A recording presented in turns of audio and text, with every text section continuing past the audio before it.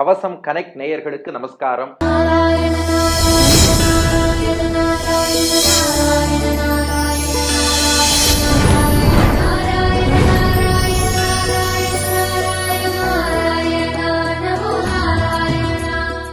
மனத்திரையில அந்த காட்சி நன்றாகவே பதிந்திருக்கும். பெரியாழ்வார் யசோதை அடம்பிடிச்ச குட்டி கண்ணனை இழுத்து பிடிச்சு தாயார் பேரை சொல்லி எப்படியும் நீராட வைத்து விட்டாள், திருமஞ்சனம் கண்டருளும்படி செய்து விட்டாள். இதை வர்ணித்த இந்த பெரியாழ்வார் திருமொழி பதிகத்தை 10 பாசுரங்களை சொல்பவருக்கெல்லாம் என்ன பலன், வாருங்கள் என்ன பலன்னு பார்த்துருவோம். ஏன்னா நாமும் தானே கிருஷ்ணனை பிடிச்சி நீராட்டினோம். பெரியாழ்வார் மட்டுமா நீராட்டினார்? மானசீகமா நம்மாத்து பெருமாள், நம்மூர் பெருமாள் அவரையே குட்டி கண்ணனா கருதி கண்ணுக்குள்ளும் இதயத்துக்குள்ளும் கொண்டு வந்து நிறுத்தி கண்ணீராலேயே நாமும் ஒரு திருமஞ்சனம் பண்ணியிருக்கோமே. நமக்கெல்லாம் என்ன பலன்னா, வாருங்கள் 10வது பாசுரத்தை சேவித்து என்ன பலன்னு பார்த்துருவோம். கார்மலி மேனி நிறத்து கண்ணபிரானை உகந்து வார்மலி கொங்கை அசோதை மஞ்சனம் ஆட்டிய ஆற்றை பார்மலி தொல் புதுவைக்கோன் பட்டர் பிரான் சொன்ன பாடல் சீர்மலி செந்தமிழ் வல்லார் தீவினை யாதும் இலரே. அதாவது இந்த பாட்டுல 2வது வரி பார்த்தேன்னா மஞ்சனம் ஆட்டிய வாற்றைன்னு இருக்கும். ஆட்டிய ஆற்றை அது சேரும்போது ஆட்டிய வாற்றை என்று ஆகிவிடும். அப்போ கார் மலி மேனி நிறத்து கண்ண பிரானை உகந்து வார் மலி கொங்கை அசோதை மஞ்சனம் ஆட்டிய ஆற்றை பார் மலி தொல் புதுவை கோன் பட்டர் பிரான் சொன்ன பாடல் சீர் மலி சென் தமிழ் வல்லார் தீ வினை யாதும் இலரே என்பது பாசுரம். இந்த பாசுரத்துல முதல் 2 வரிகள் இந்த பதிகத்தினுடைய ஒரு சம்மரியா அமைஞ்சிருக்கு. அப்படியே சுருக்கம். இந்த இதுவரை பார்த்த 9 பாடல்களோட விஷயம் என்ன, இத 10வது பாடலின் முதல் 2 வரிகள்ல புரிஞ்சுக்கலாம். என்ன விஷயம்னா, கார்மலி மேனி நிறத்து கண்ணபிரானை உகந்து. யசோதை என்ன பண்ணா, கிருஷ்ணனை பிடிச்சு நீராட்டினா. எந்த கிருஷ்ணனை? கார்மலி மேனி நிறத்து. கிருஷ்ணனுடைய மேனி, அவனுடைய திருமேனி இருக்கிறது அல்லவா. திருமேனினா நமக்கு உடல்னு சொல்லுவோம், பகவானுக்கு டிவைன் பாடி திருமேனின்னு சொல்லுவோம். மேனி நிறத்து, அவனுடைய திருமேனி நிறம் இருக்கிறதே அது எப்படி இருக்கான்? கார்மலி மேனி நிறத்து. கார் அப்படின்னா கருப்பு மேகம், நீருண்ட மேகம், மழை பொழியக்கூடிய கார் மேகம் இருக்கு இல்லையா, அதுக்குத்தான் கார்னு பேரு. மலி என்றால் அதிகமாக இருக்கக்கூடிய, மலிந்து இருக்கக்கூடிய, மிகுந்து இருக்கக்கூடியன்னு அர்த்தம். கார் மலினா அந்த கருப்பு மேகத்தை விட அதிகமாக இருக்கக்கூடிய, கருப்பு மேகத்துல கருமை எவ்வளவு இருக்குமோ அதை விட கருமை அதிகமாக இருக்கக்கூடிய மேனி நிறத்து கிருஷ்ணனுடைய திருமேனி நிறம் இருக்கான். அப்போ கார் மேகம் எவ்வளவு கருப்பா இருக்குமோ அது போல இல்ல, கார் மலி. கார் அண்ணனா கார் மேகம் போலன்னு அர்த்தம். கார் மலின்னு சொல்லிட்டா அதை விட மலிந்து இருக்கக்கூடிய, அதை விட அதிகமான அடர்த்தியும் கருமையும் இருக்கக்கூடிய மேனி நிறத்து, திருமேனி நிறத்தை கொண்டவன் கண்ணன். ஏன்னா அந்த கருப்பு மேகம் மழை பொழிஞ்சுட்டா வெளுத்து போயிடும்.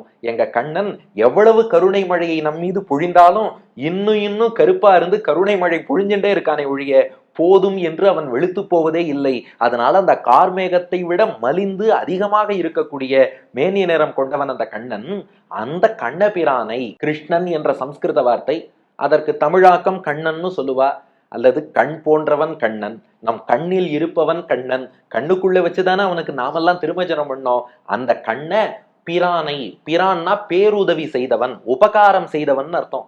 என்ன உபகாரம் செய்தான்னா, நம்ம அழைத்தோங்கிற ஒரே காரணத்துக்காக நம்ம நேயர்கள் அத்தனை பேருடைய உள்ளத்திலும் இல்லத்திலும் கண்களிலும் வந்து எழுந்தருளி நம் கண்ணீராலும் திருமஞ்சனம் கண்டருளி நமக்கு பேருதவி செய்தானே, அதனால பிரான். அப்போ அந்த கண்ண பிரானை, கண்ணுக்குள் வந்து பிரான் பேருதவி செய்த அந்த பகவானை உகந்து. யசோதை எப்படி நீராட்டினா?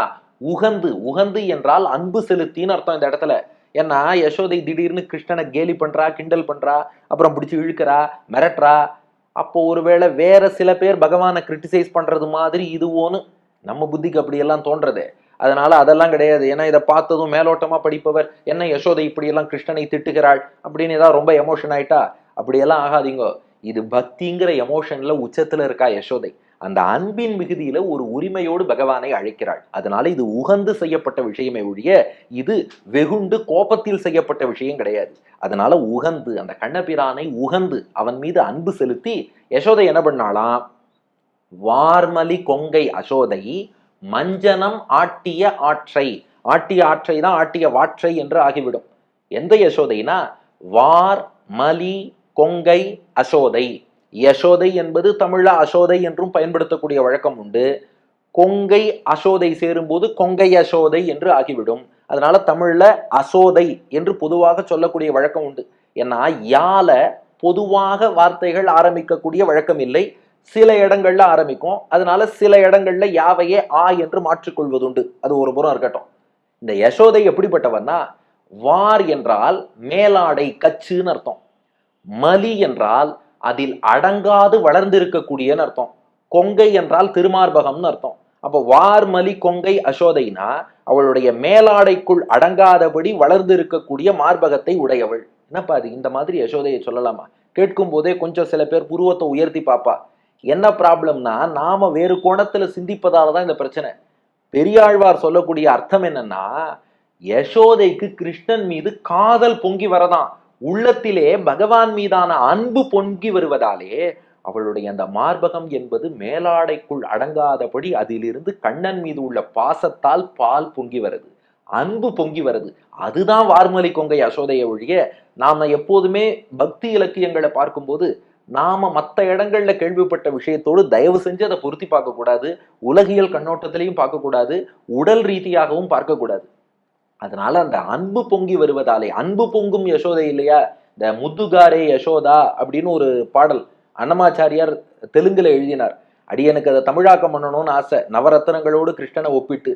அதனால அடியன் அதை எழுதும் போதே முதல் வரி, அன்பு பொங்கும் யசோதை அன்னைக்கு முத்தாய் நின்றான், மண்ணு புகழ் தேவகியின் மணிவயிறு உதித்தான்னு சொல்லி அது அப்படியே ஒரு தமிழாக்கம் பண்ணி எழுதினேன். அப்போ அன்பு பொங்கும் யசோதை, அந்த அன்பு பொங்கி வருவதன் அடையாளமாக அந்த மேலாடை என்னும் கச்சுக்குள் அடங்காதபடி இருக்கக்கூடிய மார்பகத்தை உடையவள் என்று பெரியாழ்வார் வர்ணித்திருக்கிறார். அதனால இதை அன்பு என்ற கோணத்தில் புரிந்து கொள்ள வேண்டும். அதனால வார்மலி கொங்கை யசோதை, அன்பு பொங்கி வரும் யசோதை, மஞ்சனம் ஆட்டிய வாற்றை. மஞ்சனம் என்றால் திருமஞ்சனம், நீராடுதல். ஆட்டிய அப்படின்னா கண்ணனை நீராட்டிய, நீராடச் செய்த. ஆற்றை, ஆறு அப்படின்னா விதம்னு அர்த்தம். ஆற்றைனா அந்த விதத்தை, யசோதை கிருஷ்ணனை நீராட்டிய விதத்தை என்னென்னலாம் சொன்னா, புழுதி நீங்கணும்னா, அன்பை சொன்னா, உனக்காக பிரசாதம்லாம் தயாரிச்சு வச்சிருக்கேன்னா, இப்படி ஒன்னொன்னு சொல்லி கடைசியா நப்பின்னை பேரை சொல்லி நீராட்டிய ஆற்றை, அந்த நீராட்டிய விதத்தை, மஞ்சனமாட்டிய ஆற்றை. இதை பாடினது யாரு? அப்போ முதல் 2 வரிகள்ல பதிகத்தோட சம்மரி கிடைச்சுடுத்து. கார்மேகத்தை விட கருமை அதிகமாக உள்ள நிறம் படைத்த அந்த கண்ணபிரான் மீது அன்பு செலுத்தி அன்பு பொங்கி வரக்கூடியவளான அந்த யசோதை அவனுக்கு திருமஞ்சனம் செய்த அந்த விதத்தை பாடினவர் யாரு? நம்ம பெரியாழ்வார். பார் மலி தொல் புதுவை கோன் பட்டர் பிரான் சொன்ன பாடல். பார், பார் என்றால் உலகம்னு அர்த்தம், மலி என்றால் அடங்காதன்னு அர்த்தம். பார் மலினா உலகத்தில் அடங்காத புகழ்மிக்க. அவர் ஊர் ஸ்ரீவில்லிபுத்தூரை சொல்றார். ஸ்ரீவில்லிபுத்தூருடைய புகழ் எப்படிப்பட்டதுன்னா, சில ஊர்களுடைய புகழ்ங்கிறது உலகமெங்கும் பரவும்.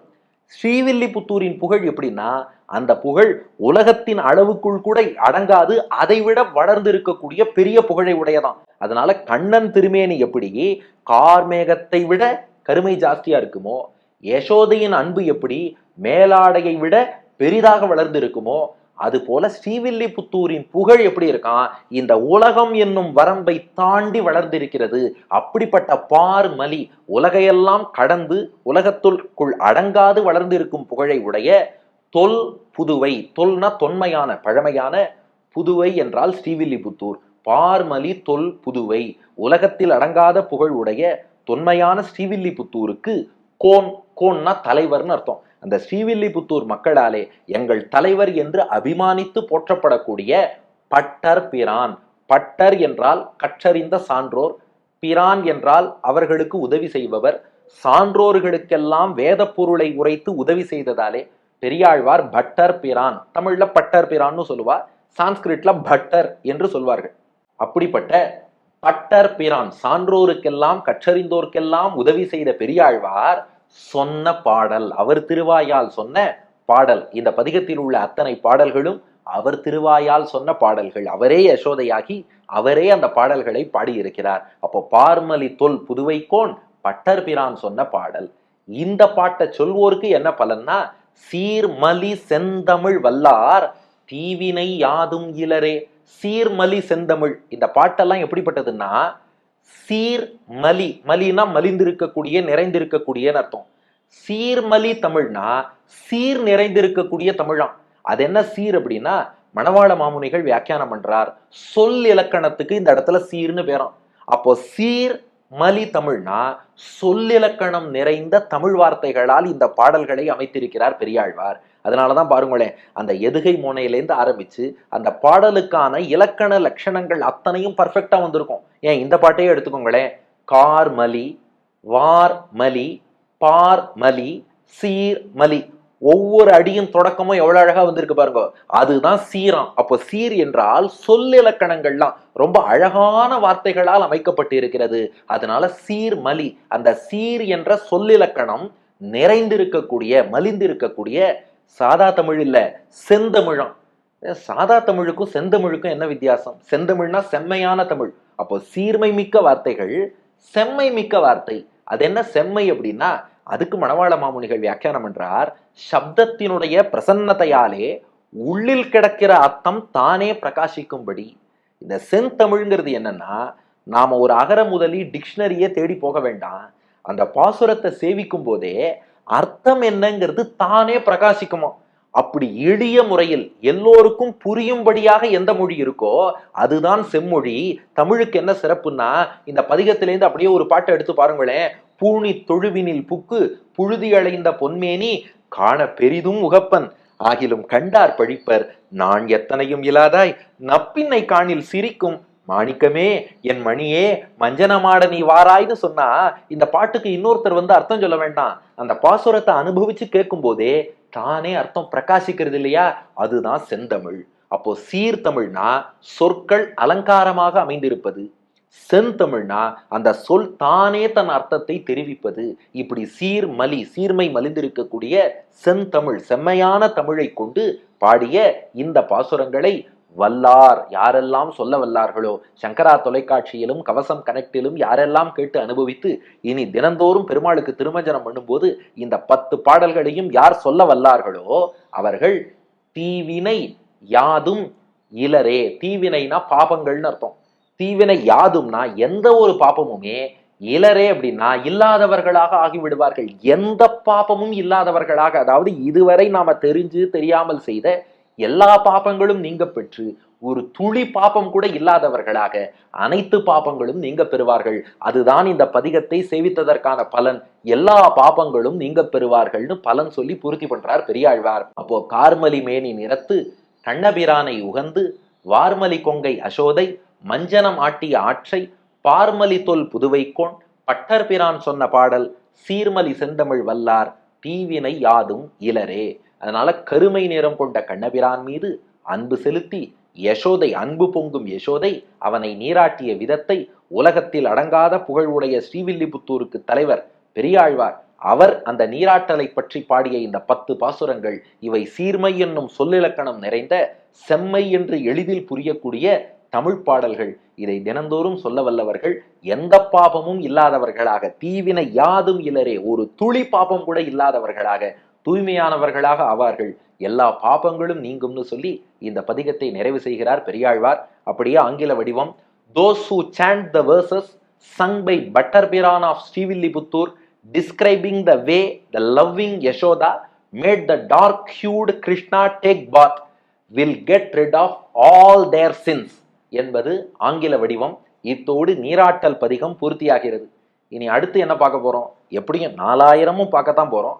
ஆனா எந்த வரிசையிலனா, நித்திய அனுசந்தானம், தினந்தோறும் நாம சேவிக்க வேண்டிய பாசுரங்கள்ல இந்த நீராட்டலுக்கு அடுத்தபடியாக பெரியாழ்வார் திருமொழியில 2ஆம் பத்து 7ஆம் திருமொழி, அதற்கு பெயர் என்ன தெரியுமா?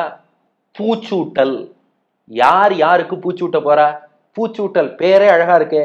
ஆமா, பதிகமும் ரொம்ப அழகா இருக்கும். ஒவ்வொரு பூவா நாளையிலேருந்து எடுத்து வச்சுக்கோங்க. கிருஷ்ணனுடைய வருகைக்காக காத்திருப்போம். அதுக்கப்புறம் இதே மாதிரி ஒவ்வொரு நாள் ஒவ்வொரு பூவோடு அந்த கண்ணபிரானை வா பூச்சூட்ட வா என்று கூப்பிடுவோமா? நீங்களும் தயாராகி விட்டீர்களா? பெரியாழ்வார் திருவடிகளே சரணம். பார்மலி மேனி நிறத்து கண்ணபிரானை உகந்து வார்மலி கொங்கை யசோதை மஞ்சனமாட்டிய வாற்றை கார்மலி மேனி நிறத்து கண்ணபிரானை உகந்து வார்மலி கொங்கை யசோதை மஞ்சன மாட்டிய வாற்றை பார்மலி தொல் புதுவை கோன் பட்டர்பிரான் சொன்ன பாடல் சீர்மலி செந்தமிழ் வல்லார் தீவினையாதுமிலரே பார்மலி தொல் புதுவை கோன் பட்டர்பிரான் சொன்ன பாடல் சீர்மலி செந்தமிழ் வல்லார் தீவினையாதுமிலரே தீவினையாதுமிலரே